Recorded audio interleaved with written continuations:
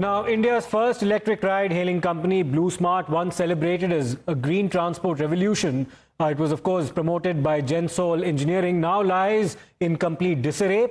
Cabs are stranded, employees are completely clueless, and the founders are allegedly missing in action.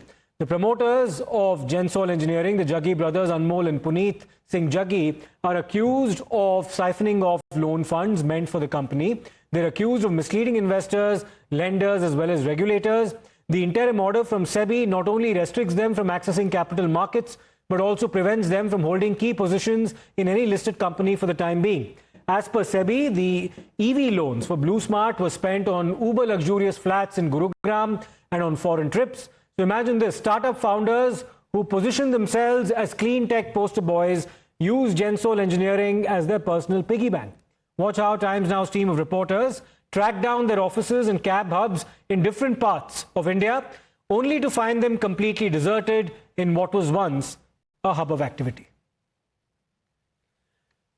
Now, we're joined currently by Mr. Gupta, the former executive director of SEBI, Mr. Harish Bijur, brand guru, as well as Mr. Mohandas Pai, former Infosys CFO and information technology industry veteran. We'll come to our guests to talk about this brewing controversy in just a short while.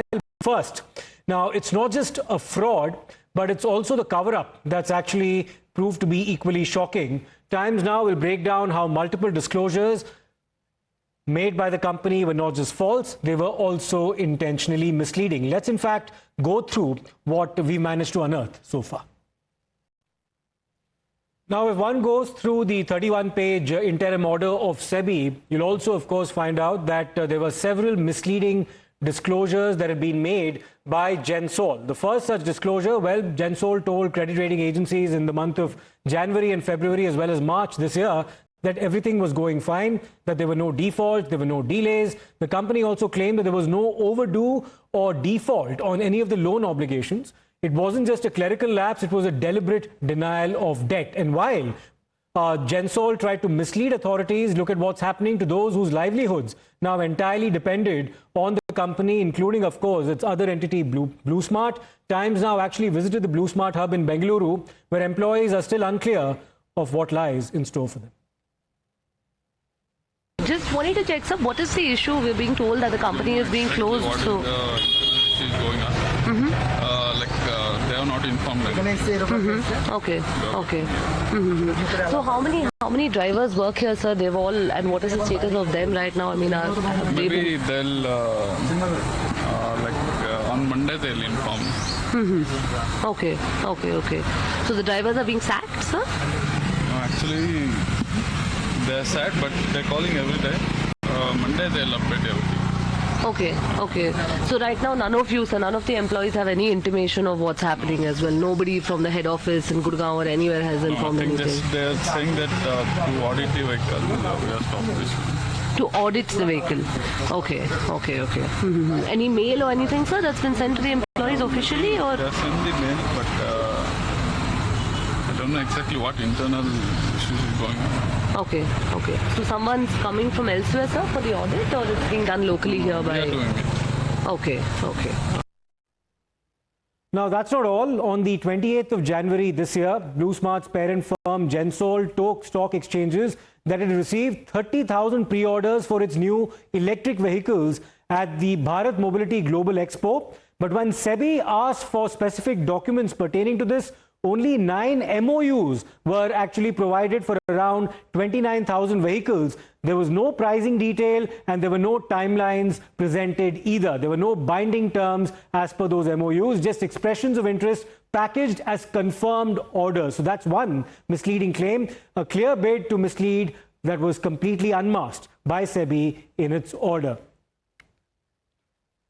Now, let's take this across to our guests. Mr. Gupta is with us, Mr. Former Executive Director of SEBI, Mr. Harish Bijur, brand guru, and also Mr. Mohandas Pai, former Infosys CFO and IT industry veteran. Mr. Pai, coming to you first and foremost. Now, these mistakes or crimes were committed by the promoters of Gensol, who are currently, of course, yet to be tracked down. And like you had earlier said, Blusmart happened to be a case of collateral damage as a result of their misdeeds. Now, in terms of what's being discussed in the startup ecosystem in India, sir, about a possible reputational loss that's being caused as a result of the actions of the Jaggi brothers, how do you assess the possible impact that this entire series of events might have on our startup ecosystem?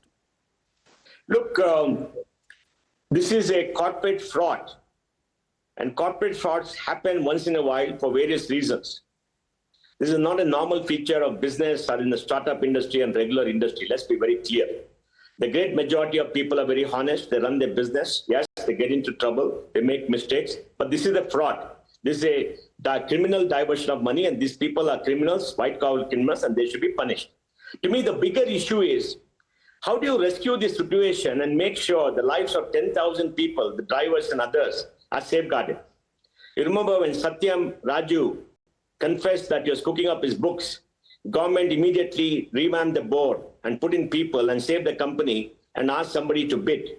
So I think we need to have something like a Chapter 11 in this country under the bankruptcy code, so that somebody could be called in to take over the company in case of a crisis by the lenders or others, and then revamp the company and try to save as many jobs as possible. Gensol is the company that committed a fraud led by these few people. Yes. And they've been manipulating. I think the SEBI report is very clear. And now below them, Blusmart is the company that operated and ran the cabs. And as from whatever consumers say, they did a fairly good job. Now I don't know whether anybody there has committed any fraud. I don't know. I've not seen the data. Gensol is a listed company. Yeah. And I think we should ask for a suitor, a suitor to come in, a white knight to come in to take over Gensol and to operate the company and to run on terms. Or maybe the investors of Gensol should come together and make sure that Blusmart is rescued by putting in more capital, because that's an operating company. And I think it's very important, along with the lenders, to do that simultaneously, because there are two things. One is the corporate fraud, what to do, how to do, and all that. And this. And as far as the reputation is concerned, yes, he's a hit. People will be more careful, but I think the industry will get along, because everybody knows that these are aberrations that happen. They happen once in a while. There's Theranos. Remember, in the US, there's Theranos, the lady entrepreneur who ran a company which took blood tests, and they found that been cooking up. The biggest investors in the US invested $1.4 billion, and it was a total fraud. So I think these things happen. Very sad. Yes, people are going to ask more questions, but life will go on. But to me, the most important thing is, what do you do to try to save the jobs of all those drivers and others who ran Blusmart? Let me, in fact, take this across to Mr. J.N. Gupta, former Executive Director of SEBI. Mr. Gupta, of course, this entire series of events has been triggered by the findings of SEBI and the interim order that have been passed. SEBI, of course, among others, had received a complaint as far back as June 2024, which actually put the entire series of events in motion, leading to a fairly comprehensive investigation. And what we have so far is an interim report. In terms of regulatory red flags that could possibly have been raised, how do you respond to some claims being made in industry circles, sir, that this could possibly have been detected earlier, or something more could have been done to detect this earlier? Is there any validity to those remarks also being made? Good morning. As I have been saying for long, SEBI is not a god or omniscient, omnipresent. They cannot be sitting in each and every board, every decision-making thing. That is why there is a robust mechanism of corporate governance where people have been given a responsibility. Now, if people are not doing their role, they are not playing their role, you cannot stop frauds from happening. And I will give you a very simple example. There were independent directors. Now you are telling me for 29,000 vehicles, MOUs were signed, and company made a disclosure in the stock exchange that they have got the orders. Are the independent directors not able to understand that MOU is different from the order? Did they do anything to say that you are making a fraudulent disclosure? I am telling you a very simple thing. We need a cultural change. The cultural change is that if I don't agree with Mohandas Pai, it doesn't mean that I am his enemy or he is my enemy and we should kill each other. Dissent is the only way to get to the right decision. And we are very shy of dissenting. That is one. The other thing is this, which I have been doing for last 20 years asking, whenever promoters say that we are going to increase equity, we are going to do something, nobody asks the question from what is the source of your funds. In this Gensol, there were 3 preferential offer in last 2 years. Now, in one of the preferential offer, 200 crore was put up by mother of Mr. Jaggi. Its net worth was only 7 or 8 crore or 14 crore. Now, my question is this: in 4 years, from where the million or billion dollar lottery came, when the mother had 200 crore spare money to put in? So we never asked this question. The other thing is this: if you look at the preferential offer, in every preferential offer, 80, 90 or 100 unknown people were given shares. Now, my question is, how do you identify 100 people to whom you are giving preferential offer? Obviously, they are your related parties or known parties whom you are parking the shares so that they can create a market and manipulate. That is another part. Lastly, I would say that no fraud can happen if the ecosystem is supporting. And I will say how the ecosystem is supported. The independent directors never bothered to look into where the money is going or what is the balance sheet. Then the CFO and the accountant, everybody was made to pass the voucher.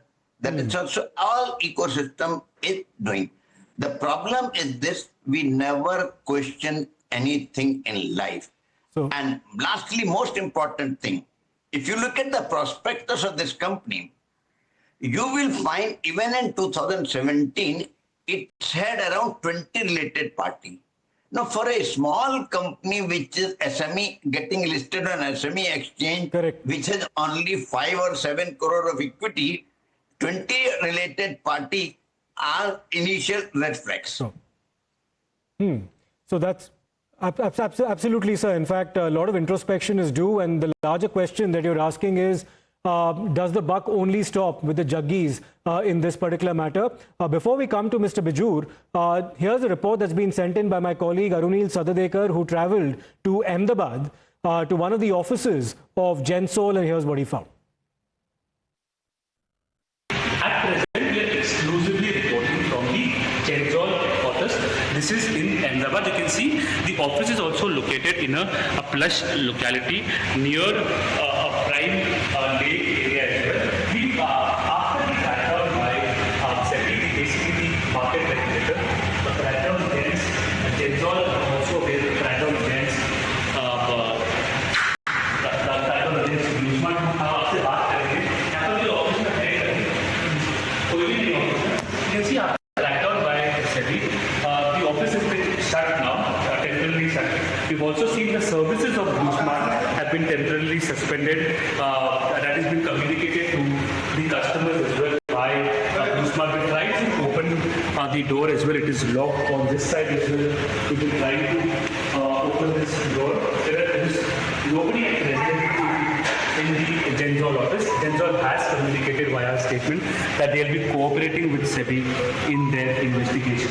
At present, we are reporting from the Ahmedabad headquarters of Gensol, a company linked to Blusmart. Nobody is present in their office at present to basically answer to Times Now Staff's questions. Well, Times Now has also learned that Gensol had received funding to purchase around 6,400 electric vehicles, but in a written response dated the 14th of February this year, the company admitted that only 4,704 EVs had actually been procured. So that's basically a gap or a deficiency of almost 1,696 vehicles, despite the money actually being dispersed. And that's not all. The company claimed that all loans were being used solely for EV procurement. But the reality was that 43 crores was spent on a luxury apartment in Gurugram. Funds were transferred to family members of the promoters and related entities. Circular transactions were used to create the illusion of a business activity with funds looping through promoter-owned companies.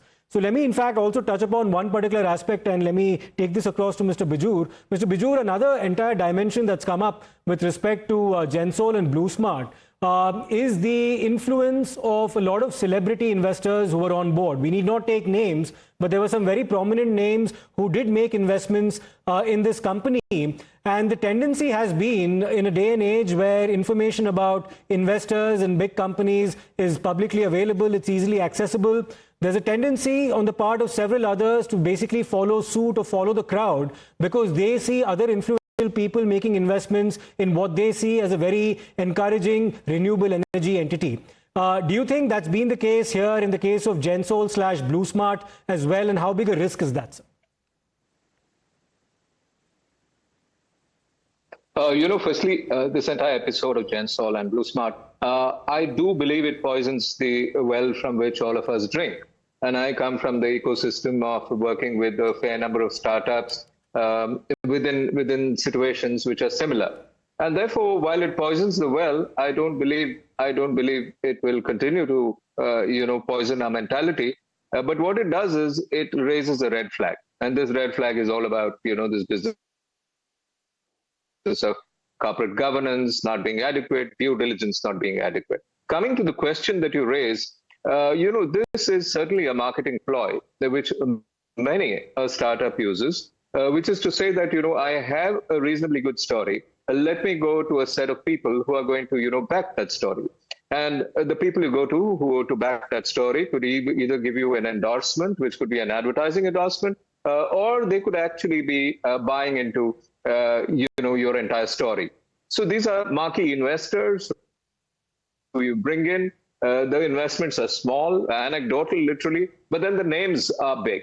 And this happens in the realm of real estate in a big way. You get in a film star to actually invest, in a small plot, and all the 260 plots sell out. So I think that has been done. The point to take note of is the fact that extremely critical to be careful when we view the lifestyle of the investors that you're talking about. And I think that's a red flag that gets raised all the time.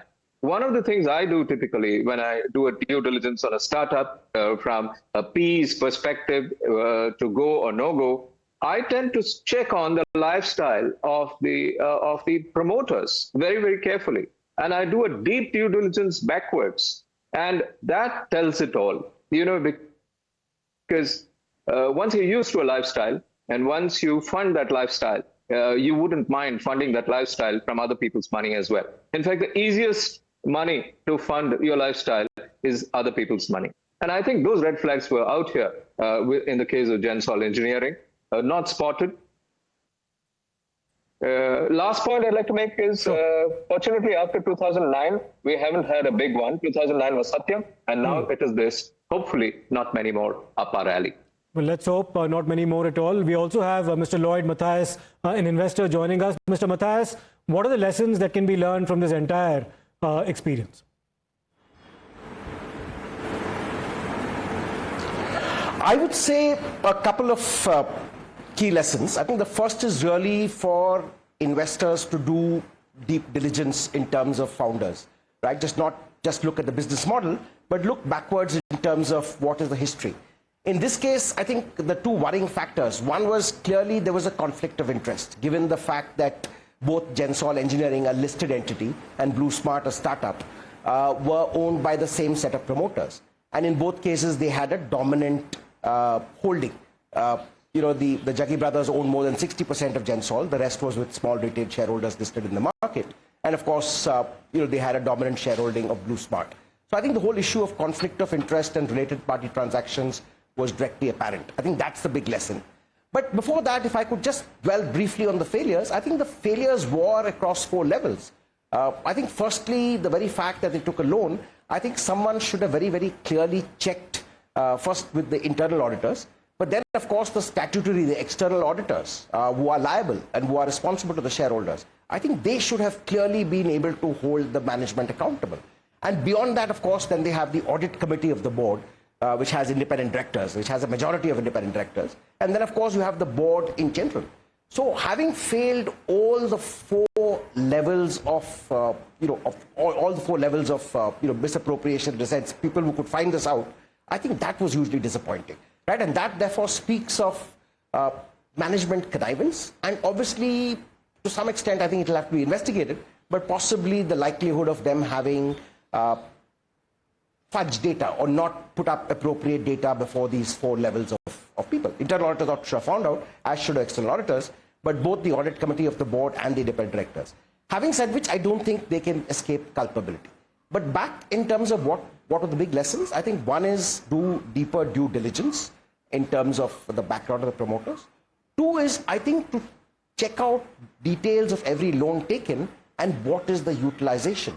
Here there's been a big mismatch because clearly they've got 678 crores of loans to purchase electrical vehicles, out of which about, I told 60 odd % actually got used for the vehicles. The balance 33 to 35% pretty much got siphoned off for a range of things, right? Ranging from a luxury condo apartment to, other things. I think those were the big concerns that should have been very clearly apparent well before the lid blew off last week. Clearly, a lot of introspection is due. Many thanks, Mr. Matthias, Mr. Pai, Mr. Gupta, and also Mr. Bijur for your participation in this significant discussion about the turn of events with respect to what's happened with Gensol Engineering. We'll slip into a short break right now. We'll come back with more on the answer.